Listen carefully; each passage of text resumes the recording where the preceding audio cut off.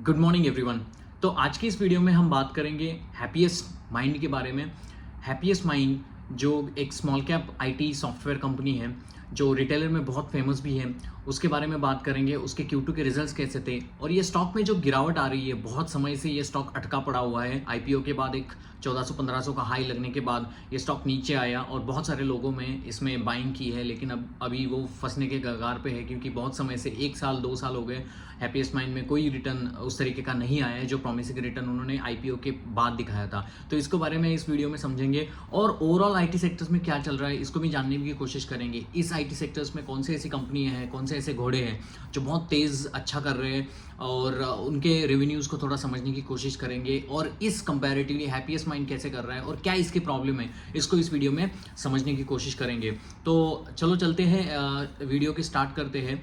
Happiest mind एक जो 11,000 market cap crore की कंपनी है, वो क्लाउड इंफ्रास्ट्रक्चर एआई में, जनरेटिव एआई बिजनेस में काम करती है और उनका जो बहुत सारा ऑपरेशंस है जो है वो यूएसए लेड होता है। 65% रेवेन्यू आता है यूएसए से, 15% आता है अराउंड यूरोप से, 15% आता है इंडिया से और 8.5% रेवेन्यू आता है यूरोप से और बाकी भी कंट्रियों से उनका रेवेन्यू आता है। और ये कंपनी बहुत लाइमलाइट में क्यों आई थी, क्योंकि अशोक सीता इनके जो प्रमोटर है वो पहले काम करते थे एलटीआईएम में।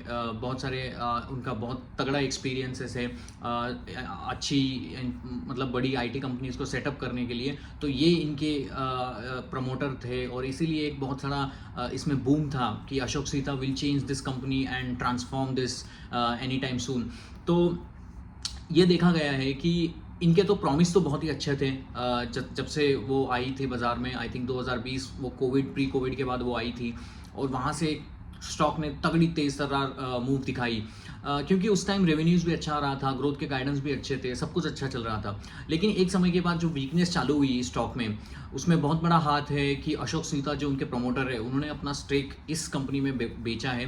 लगभग 50% की उनकी जो हिस्सेदारी थी जो उन्होंने 44% तक की है और रेवेन्यू के फ्रंट पे भी ऊपर बहुत निराशा इस कंपनी ने की है और जिसका एक मेन रीज़न है ये स्टॉक डाउन है। तो थोड़ा डिटेल में आते हैं कि हैप्पीएस्ट माइंड करती क्या है। हैप्पीएस्ट माइंड जैसे मैंने कहा कि एक क्लाउड इंफ्रास्ट्रक्चर बिल्ड करने के लिए हेल्प करती है। जैसे वो बीएफएसआई सेक्टर्स में काम करती है, हाईटेक में काम करती है, हेल्थ केयर में काम करती है और आपके फाइनेंशियल सेगमेंट्स में भी काम करती है।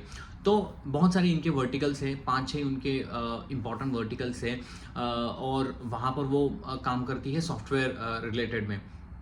तो जब अशोक सूता और उनके टीम ने कहा था कि FY27 तक वो 1 बिलियन रेवेन्यू करना चाहते हैं INR टर्म्स में, वो उनका स्टेटमेंट था 2022 का। तो 5 साल में वो 1 बिलियन करेंगे। लेकिन अभी मैंने 1-2 क्वार्टर के पहले उनका जो अभी गाइडेंस देखा तो उन्होंने कहा कि 2031 तक अभी 1 बिलियन करेंगे। तो आप ये जो ट्रांसपेरेंसी देख रहे हो कि कहीं ना कहीं उनके जो गाइडेंस थे वो रिवाइज किए हैं उन्होंने अलॉन्ग द वे कि 2027 तक 1 बिलियन करना चाहते थे, अभी चेंज करके उसका स्थान बदल गया 2031 तक। तो ये सारा इम्पैक्ट होता है मार्केट में। आप अगर देखोगे Q2 2025 में उनके जो रेवेन्यू थे वो 28.2% से कांस्टेंट करेंसी में ग्रो हुए हैं और सिक्वेंशियली क्वार्टर ऑन क्वार्टर के बेसिस के ऊपर 12.1% से ग्रो हुए हैं। ये उनके रेवेन्यूज़ के नंबर है। ईबिटा की अगर बात देखें तो 1.8% से रेवेन्यू ईबिटा जो है वो सिक्वेंशियली बढ़ा है, लेकिन वाई के ऊपर उनका जो रेवेन्यू था वो मुझे लगता है 13.4% से ही बढ़ा है। तो आप अगर देखोगे ईबिटा परसेंटेज जो है वो 21% पे ईबिटा है, लेकिन लास्ट ईयर वही ईबिटा लास्ट फाइनेंशियल ईयर का जो Q2 था 2024 वहाँ पर 23 था। तो ईबिटा मार्जिन में ये ड्रॉप आया है। ठीक है, इसको समझने की कोशिश करेंगे वो क्यों आया है। तो रेवेन्यू फ्रंट पे देखो 28.2% की ग्रोथ है और सिक्वेंशियल ग्रोथ भी 12.2% के है। लास्ट Q1 फाइनेंशियल ईयर 25 में उन्होंने ग्रोथ दिखाई थी कुछ अराउंड 16% की और सिक्वेंशियल ग्रोथ थी 6% से। तो Q1 के कंपैरेटिवली अच्छी ग्रोथ है Q2 में और लास्ट ईयर Q2 2024 से भी अच्छी ग्रोथ है 28% की। मतलब जो मोमेंटम ऑफ मैं जो देख रहा था, अगर आप Q4 2024 की बात करो तो वहाँ पर ग्रोथ गायब ही थी, मतलब बहुत बुरे हाल थी। मैं इस कंपनी को बहुत समय से ट्रैक कर रहा हूँ। Q3 और Q4 में बहुत ख़राब हालत थी। Q1 से थोड़ा बहुत रेवेन्यू में एक जंप आ रहा है, वो मैं बात करेंगे क्यों आ रहा है। ठीक है, लेकिन सबसे बड़ा डिसअपॉइंटमेंट है कि 14% से पीबीटी डाउन था और पैट जो डाउन था वो 15% से डाउन था। मतलब Q2 2024 से कंपैरिजन आप करोगे तो पीबीटी प्रॉफिट बिफोर टैक्स है वो 14.1% से कुछ डाउन था और 15.3% से पैट डाउन था। वो क्यों आया? क्योंकि इन्होंने Q1 फाइनेंशियल ईयर 2025 में दो कंपनियों को एक्वायर किया। पहली तो एक प्योरसॉफ्ट सॉफ्टवेयर और दूसरी तो एरोसम करके एक कंपनी है, उनको एक्वायर किया। तो उनका कहना था Q1 फाइनेंशियल लास्ट में मैंने जब कॉल पढ़ा था तो उन्होंने कहा था कि ये जो हमने एक्विजिशन किया है इसका एक कॉस्ट हमारे ऊपर आ गया है और एक्विजिशन के कॉस्ट की वजह से हमारे पैट में प्रॉब्लम हुई है। मैंने Q1 के रिजल्ट्स भी देखे थे, वहां पर भी पैट डाउन था 13% से। अभी Q2 में भी पैट डाउन है 14% से। अभी थोड़े से अलग रीजन दिए हैं, थोड़ा बहुत है कि हाँ हमने पुराना ये जो एक्विजिशन की है। तो लास्ट Q1 फाइनेंशियल ईयर 25 में उन्होंने, मतलब इस फाइनेंशियल ईयर के पहले क्वार्टर में उन्होंने कहा था कि हमने ये दो कंपनियों को एक्वायर किया है जिसका हमें फाइनेंस कॉस्ट हमारे प्रॉफिट में आ रहा है, जो मैं भी समझ सकता हूँ कि हाँ नई कंपनी है, ग्रोथ के पॉइंट ऑफ व्यू से ये दो कंपनियां ली है, इसीलिए उन्होंने हुआ था। अभी इस क्वार्टर में भी उन्होंने कहा है कि हमने जनरेटिव AI बिजनेस में एक इन्वेस्टमेंट की है। दूसरी चीज, उन्होंने अपने एक चीफ ग्रोथ ऑफिसर को इस कंपनी में लाया है बाहर से, तो उसकी कॉस्ट बड़ी है। एक नया सेल्स टीम उन्होंने बिठाया है, उसका NNN सेल्स बोलते हैं, नेट न्यू सेल्स टीम बिठाई है, वो 62 मेंबर्स की टीम है। तो ग्रोथ को पॉइंट ऑफ व्यू रख के उन्होंने इस टीम को रखा है और जिसकी वजह से थोड़ा सा बहुत एम्प्लॉय कॉस्ट भी उनके ऊपर आया है। तो जनरेटिव AI के इन्वेस्टमेंट की वजह से, ये एम्प्लॉय कॉस्ट बढ़ने की वजह से, क्योंकि नए चीफ ग्रोथ ऑफिसर आ गए और नए एम्प्लॉय कॉस्ट, ये जो सेल्स टीम बिठाई है, इन सारी वजह के ऊपर इनका जो वन टाइम मतलब जो कॉस्ट है, फाइनेंस कॉस्ट है, वो बढ़ गया है लास्ट फाइनेंशियल ईयर Q2 2024 से। इसकी वजह से रेवेन्यू बढ़ा है लेकिन वो रिफ्लेक्ट नहीं कर रहा है आपके पीवीटी के ऊपर। और उन्होंने ये भी कहा है कि ये जो नई कंपनियां उन्होंने एक्वायर की है उनके कुछ बोरोइंग्स थे और उनका कुछ आई थिंक इंटरेस्ट कॉस्ट था, तो इंटरेस्ट कॉस्ट वो चुका रहे हैं। ऑब्वियसली आपने एक्वायर किया है तो आपको कुछ बेनिफिट भी मिलेंगे और कुछ डिसएडवांटेज भी मिलेंगे। डिसएडवांटेज के साथ आएगा ये जो आपका बोरोइंग्स है, ये आपके इंटरेस्ट कॉस्ट जो उन्होंने कर्जा लेके रखा था उसके ऊपर तो इंटरेस्ट कॉस्ट तो इनको चुकाना पड़ेगा, तो ये भी इन सारों को लिया है। अभी भी वो कह रहे हैं कि हाँ नेक्स्ट अगले 2 क्वार्टर से ये सारी चीजें अच्छी हो जाएगी। अभी होप ही है। लास्ट ईयर मतलब Q1 फाइनेंशियल ईयर 2025 में भी यही कहा था कि ये चीजें Q2 में नहीं आएंगी, लेकिन Q2 में और एक रीजन दे रहे हैं लोग। ठीक है, मैं समझ सकता हूँ कि हाँ company wanted to acquire the growth, और वो दिख भी रही है क्योंकि आप अगर देखोगे ये कंपनी एक समय पे 28% से ग्रो करती थी, बाद में ग्रोथ आई 10%, 6% से 10 हो गई, अभी लास्ट क्वार्टर में 23, इस क्वार्टर में 24 तक मतलब 28 तक उनकी रेवेन्यू ग्रोथ आई है। This growth is mainly led by the Puresoft software. मतलब उनकी जो एक कंपनी है वो बहुत अच्छी कंपनी है, साउथ ईस्ट एशिया में उनका एक अच्छा सेटअप है प्योरसॉफ्ट का। और आप अगर देखोगे फिलीपींस, सिंगापुर, यहाँ पर ये बहुत अच्छा तगड़ा काम करती है। तो इनका एक बैंकिंग सॉफ्टवेयर है, this is the game changer. Arttha e banking services platform है, ठीक है। तो वो प्लेटफॉर्म की बहुत बड़ी अभी मतलब ग्रोथ है साउथ ईस्ट एशिया में, और इंडिया में वो मार्केट अभी उन्होंने ओपन ही नहीं किया है। तो ये एक पॉजिटिव चीज़ है इनके लिए, क्योंकि उनका जो मैंने भी देखा कि आर्था बैंक ई सर्विसेज का जो ये उनका BFSI सेगमेंट में वो लोग बहुत उसको जनरेटिव AI में भी उसको पुश करने के लिए सोच रहे हैं, और जिसकी वजह से ये रेवेन्यू थोड़ा सा प्योरसॉफ्ट और एरोस करके उनकी जो कंपनी उन्होंने एक्वायर की है वहाँ से उनको जो रेवेन्यू ग्रोथ आ रहा है। लेकिन उन्होंने अपने गाइडेंस में कहा है कि Q3 में फॉरलॉन्ग्स होंगे, कम वर्किंग साइकिल होंगे। ऑब्वियसली Q3 में क्रिसमस आता है और बहुत सारी छुट्टियां अमेरिका और यूरोप में होती है, जहां से उनका 70-80% ऑफ द बिजनेस आता है। इसलिए उन्होंने कहा है कि वर्किंग साइकिल जो है वो बहुत कम है Q3 में। दूसरी चीज़, जनरेटिव AI में हम अभी भी पैसा डाल रहे हैं, अभी भी हमें थोड़ी इन्वेस्टमेंट करनी है 9-10 करोड़ के आसपास।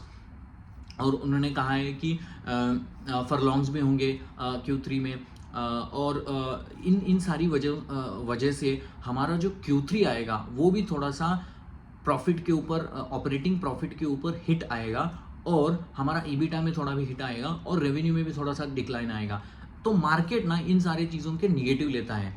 मार्केट ये नहीं देखता है कि हाँ Q3 में तुम्हारी वर्किंग साइकिल कम है तो चलो ठीक है एक क्वार्टर माफ, ऐसा नहीं कर देता है मार्केट को चाहिए कि कांस्टेंट ग्रोथ चाहिए। मेरे को तुम कुछ मत बताओ, अगर मेरे पोर्टफोलियो में तुम्हारी इज्जत है तुम उसके लिए तुम्हें रेवेन्यू गाइडेंस और प्रॉफिट ग्रोथ दोनों साथ में लेके आना होगा। मैंने समझता, I was okay with the Q1 PBT get hampered, but I was not okay with the Q2 PBT get hampered with that way down. I'll be very interested. अगर Q1 Q2 में हो गया है तो Q3 में PBT के ऊपर तो मुझे 30% की ग्रोथ दिखनी चाहिए, बिकॉज ऑपरेटिंग लिवरेज भी होना चाहिए। और उन्होंने कहा है कि गाइडेंस में इबिटा के गाइडेंस में इबिटा मार्जिन की बात कर रहा हूँ, तो उन्होंने कहा है कि 20 to 22% का हमारा गाइडेंस रह सकता है। लेकिन उन्होंने कहा है कि अभी थोड़ी एम्प्लॉय कॉस्ट, ये जनरेटिव एआई में जो हम इन्वेस्टमेंट कर रहे हैं, जिसकी वजह से थोड़ा बहुत कम रह सकता है। मतलब गाइडेंस तो दे रहे हैं, बाद में बोल रहे हैं कि कम रह सकता है। सो ऑल दिस सिनारियो की वजह से भी स्टॉक के ऊपर प्रेशर आता है, क्योंकि एक एज अ अगर आप एफआईआई हो या डीआईआई हो, उनका ना कॉन्फिडेंस नहीं आता है, क्योंकि you are changing the stocks. पहले तो आपने कहा था कि 1 बिलियन 2027 तक करोगे, उसको आपने चेंज किया। दूसरी चीज, आपके अशोक सूदा आते हैं कॉन कॉल में बोलते हैं everything is good, growth is good and all that, what he saying कि हाँ मैंने स्टेक बेचा है 50% से 44% तक। लेकिन उन्होंने कहा है कि मेरा जो एक नॉन प्रॉफिट ऑर्गेनाइजेशन है जो हेल्थ केयर सेक्टर्स में काम करता है, इसके लिए मैं कुछ करना चाहता हूँ, ये सोशल कॉज है, तो मैं हॉस्पिटल वगैरह कुछ ओपन कर रहा हूँ इसके लिए। तो मुझे लगता है सांस या कांस करके उनकी एक जो कंपनी है वहाँ पर वो पैसा जा रहा है, इसलिए मुझे पैसा जुटाना पड़ेगा। उन्होंने कहा है कि नियर टर्म में ये सेलिंग नहीं होगी, लेकिन वो सेलिंग अभी 44 से 40 तक जा सकती है। This is what my understanding is, what I heard from the management की 44% से 40% तक अभी 4% का स्कोप है बेचने का। वो 2031 तक कभी भी बेच सकते हैं। मतलब क्या होता है ना, स्टॉक के ऊपर एक हैंगओवर पता चलता है कि अगर कोई इस चीज को पढ़ेगा, कॉन कॉल को पढ़ेगा, यार सकता है यार मैं तो बाई कर लूंगा, स्टॉक ऊपर जाएगा, फिर अशोक सूदा आ जाएगा बेचने के लिए, क्योंकि 4% उसका और बेचने का उसका उद्देश्य है। लेकिन उसने ये नहीं कहा कि 2025 में बेचेगा, 26 में बेचेगा, लेकिन कभी ना कभी तो बेचेगा। तो अभी ये हो रहा है कि मतलब पूरे हैप्पीएस्ट माइंड में बिकॉज ऑफ दिस 2 एक्विजिशन, प्योरसॉफ्ट और एरोसम, इनकी वजह से रेवेन्यू ग्रोथ आ रहा है। And I believe that the PBT and the PAT will also follow in line. एक हैंगओवर है अशोक सूदा की जो मतलब उसकी जो स्टॉक की बेचने का जो है वो है वहां पर, और उनका जो गाइडेंस है वो Q3 का थोड़ा बहुत हिंड्रेंस है। मतलब Q3 में उन्होंने कहा है कि थोड़ा बहुत प्रॉब्लम्स आएंगे, इसलिए you know as a stakeholders और the shareholders we would like to see कि क्या करते हैं Q3 में, तभी जाके स्टॉक में थोड़ा बहुत और ज़्यादा मोमेंटम बनेगा। ठीक है, ये कोई भी बाय या सेल रिकमेंडेशन नहीं है, प्लीज़ इस चीज़ को मत लेना कि ये कोई बाय या सेल में दे रहा हूँ, but we are just trying to understand the discussion and the business models about it. अगर आपको ये सारे वीडियोस पसंद आते हैं तो प्लीज़ वीडियो को लाइक करना, शेयर करना और सब्सक्राइब करना, कमेंट भी करना अगर आपका कोई सुझाव है मेरे वीडियोस के बारे में, या कोई स्टॉक के ऊपर आपको कोई सजेशन चाहिए तो I am happy to help you out. तो वापस आते हैं कि हैप्पीएस्ट माइंड के ऊपर। तो हैप्पीएस्ट माइंड में आपने देखा है कि उन्होंने कहा है कि हाँ इबिटा मार्जिन हमारा रहेगा 20 to 20% से, और उन्होंने रेवेन्यू की गाइडेंस दी है। पहले उन्होंने कहा था Q1 में 35 से 40%, 5 महीने के पहले उनका जो वेंकट करके उनके मतलब CFO है, उन्होंने कहा था कि 35 से 40% ग्रोथ करेंगे। Now coming on to the TV and saying like नहीं we will do like 30 to 35%। ये जो डिस्क्रपेंसी है ना, this is impacting the stocks in a big वे।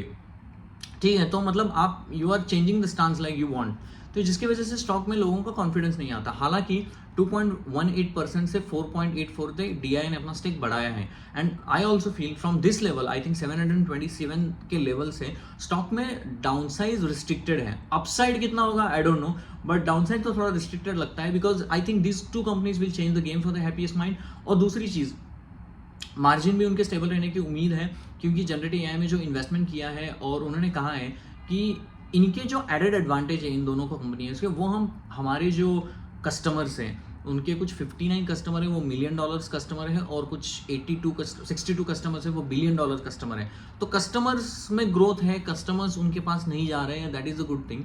लेकिन और आप अगर देखोगे, ये कंपनी अमेरिका में काम करती है, अमेरिका में ट्रम्प की सरकार आई है, आप नैस्डैक में देखो ग्रोथ ही ग्रोथ दिख रही है, स्टॉक ऊपर ही ऊपर जा रहे हैं, और एक माहौल ऐसा बन रहा है कि Trump will try to boost the US economy.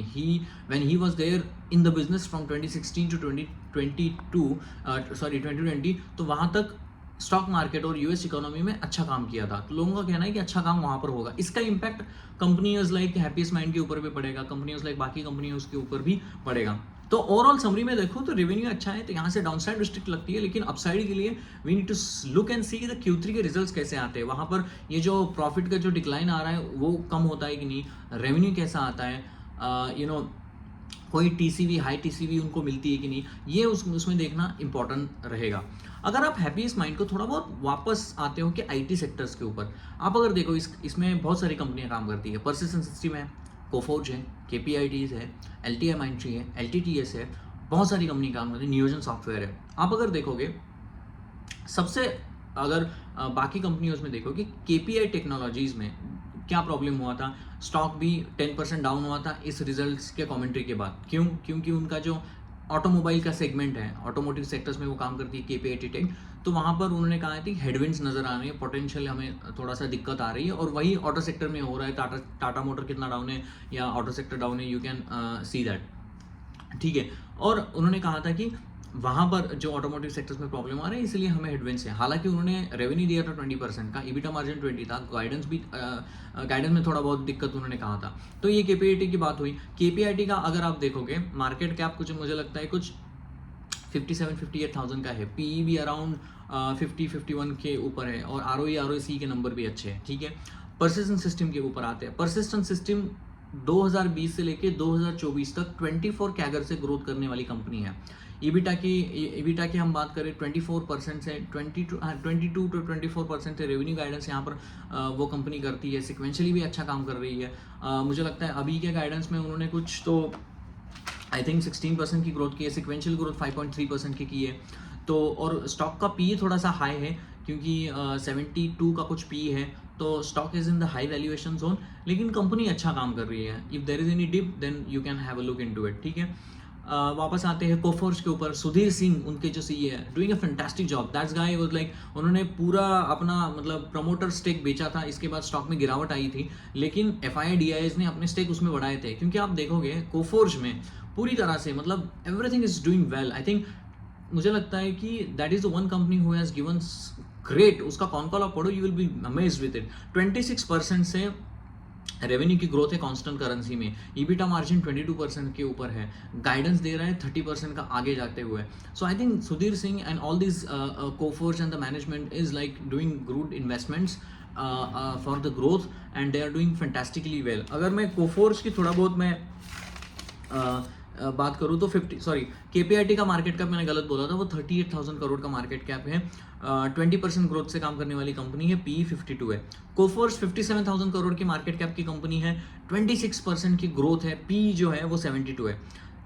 Persistent system 93,000 crore की मार्केट कैप है, 22% से ग्रोथ की है, और पी है 75। तो परसिस्टेंट और कोफोर्ज ग्रोथ है, पी भी ठीक है। यही तो मैं बोलता हूँ बहुत सारे वीडियोस में, पी इज अ वैल्यू, मतलब पी जो है वो अपने ग्रोथ के हिसाब से भी चलता है। जहां पर ग्रोथ ज्यादा होगी पी ज्यादा होगा, ठीक है। अगर कम है तो and then you are getting at the good valuation, low P high growth, that's a good investment. But अभी मिलना बहुत मुश्किल हो गया है इस मार्केट में, बिकॉज इन्फॉर्मेशन फ्लो इतना है।